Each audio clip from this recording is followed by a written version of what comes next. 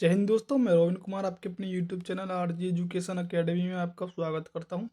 दोस्तों, जैसा आपको पता है कि आर्मी नेवी 2026 की जो एग्ज़ाम चलने वाली है उसके लिए हमने बायोलॉजी प्रैक्टिस सेट चालू कर दी है आपके लिए, जिसमें प्रत्येक प्रैक्टिस सेट में हमारे 25 इम्पोर्टेंट MCQ होंगे जो 100% एग्ज़ाम बेस्ड क्वेश्चन है। और ये जो हमारी क्लास एकदम बहुत मोस्ट इम्पोर्टेंट होने वाली है आपके लिए। और जो क्लास है आज हमारी 7वीं क्लास है, तो आप वीडियो को ज़रूर एंड तक देखें और सभी MCQs को लगाएं। अगर आप किसी MCQs का आंसर दे सकते हैं तो आप कमेंट बॉक्स में दे सकते हैं।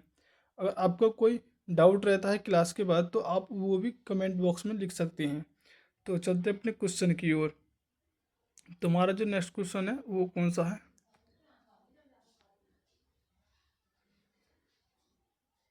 हमारा पहला क्वेश्चन है कि जीव विज्ञान यानी कि बायोलॉजी शब्द किसने दिया था? तो इसका जो हमारा राइट आंसर होगा वो होगा हमारा जैन बाप्टिस्ट लेमार्क। ये इसका जो हमारा राइट आंसर जो होगा वो बी होगा, जैन बाप्टिस्ट लेमार्क इसका राइट आंसर होगा। अगला जो हमारा नेक्स्ट क्वेश्चन है वो है कि जीव विज्ञान का जनक किसे कहा जाता है? जो हमारा जीव विज्ञान के अगर हम जनक की बात करते हैं तो वो जो किसे कहा जाता है वो अरिस्टो को कहा जाता है। इनकी ऑप्शन ए इसका जो हमारा राइट आंसर होगा, ऑप्शन ए इसका राइट आंसर होगा। क्वेश्चन नंबर अगला नेक्स्ट है तीसरा कि रक्त का लाल रंग किस पदार्थ के कारण होता है? किस पदार्थ के कारण होता है? तो होता है ऑप्शन बी, हीमोग्लोबिन के कारण। अगला नेक्स्ट क्वेश्चन हमारा है कि क्वेश्चन से पहले अगर आप हमारे चैनल पर पहली बार तो चैनल को सब्सक्राइब करें, वीडियो को लाइक करें और वीडियो को ज़्यादा से ज़्यादा शेयर भी करें, जिससे कि हर वीडियो आपके पास सबसे पहले पहुंचती रहे और आपके जो दोस्त मित्र हैं उनके पास भी सबसे पहले पहुंचती रहे। तो अगला जो हमारा नेक्स्ट क्वेश्चन है वो चौथा है कि मनुष्य के शरीर में रक्त की मात्रा लगभग कितनी होती है? तो कितनी होती है मनुष्य के शरीर में? तो लगभग होती है हमारी 5 लीटर। कितनी? 5 लीटर। इनकी ऑप्शन सी इसका जो हमारा राइट आंसर होगा। क्वेश्चन नंबर हमारा नेक्स्ट है कि मानव शरीर में सबसे छोटी जो हड्डी है वो कौन सी है? तो वो सबसे छोटी जो हड्डी होती है वो हमारे कान की होती है, इनकी ऑप्शन सी यानी कि स्टेपीज कान की हड्डी होती है। क्वेश्चन नंबर हमारा 6 है कि मनुष्य की हृदय की धड़कन सामान्यतः प्रति मिनट कितनी होती है? तो वो होती है ऑप्शन बी यानी कि 72। राइट आंसर होगा ऑप्शन इसका बी। अगला 7वां जो क्वेश्चन है वो हमारा कि पाचन की प्रक्रिया कहाँ से शुरू होती है? जो पाचन की प्रक्रिया होती है वो कहाँ से शुरू होती है? वो होती है हमारे मुंह से, यानी कि मुख, यानी कि ऑप्शन ए इसका राइट आंसर होगा। ऑप्शन ए इसका राइट आंसर होगा, ऑप्शन ए। नेक्स्ट क्वेश्चन हमारा 8वां है कि मनुष्य के शरीर में सबसे बड़ी ग्रंथि कौन सी है? जो मनुष्य के शरीर में सबसे बड़ी जो ग्रंथि होती है वो ऑप्शन सी इसकी राइट आंसर होगा। और यकृत, क्या यकृत, लीवर मनुष्य के शरीर की सबसे बड़ी ग्रंथि होती है। क्वेश्चन नंबर नेक्स्ट है कि 9वां, मनुष्य के शरीर का नियंत्रण केंद्र कौन सा है? कौन सा है? तो वो है हमारा ऑप्शन ऑप्शन ऑप्शन नियंत्रण केंद्र ऑप्शन ए, यानी कि ऑप्शन ए हृदय होगा राइट आंसर। और अगला जो है नेक्स्ट क्वेश्चन है वो 10वां है कि पौधों में जल का परिवहन किसके द्वारा होता है? तो इसका जो आंसर की बात करते हैं वो है हमारा फ्लोएम। ऑप्शन बी इसका जाइलम होगा, यानी कि जाइलम को ऑप्शन बी जाइलम इसका आंसर राइट होगा।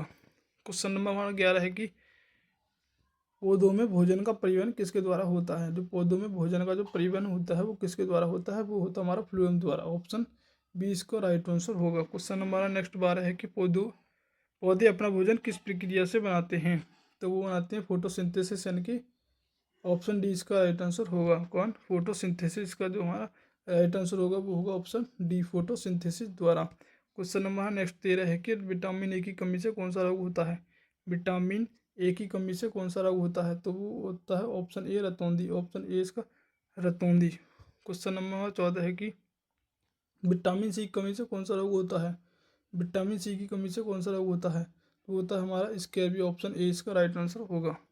अगला 14 है कि विटामिन डी की कमी से कौन सा रोग होता है? विटामिन डी की कमी से कौन सा रोग होता है? तो वो होता है हमारा रिडक्शन की, ऑप्शन बी इसका और राइट आंसर होगा। क्वेश्चन नंबर हमारा 15 है कि रक्त का थक्का जमने में कौन सहायक होता है? क्वेश्चन नंबर 16 का जो हमारा वो है हमारा ऑप्शन सी, यानी कि प्लेटलेट जो है रक्त का थक्का जमने में बहुत सहायक होती है।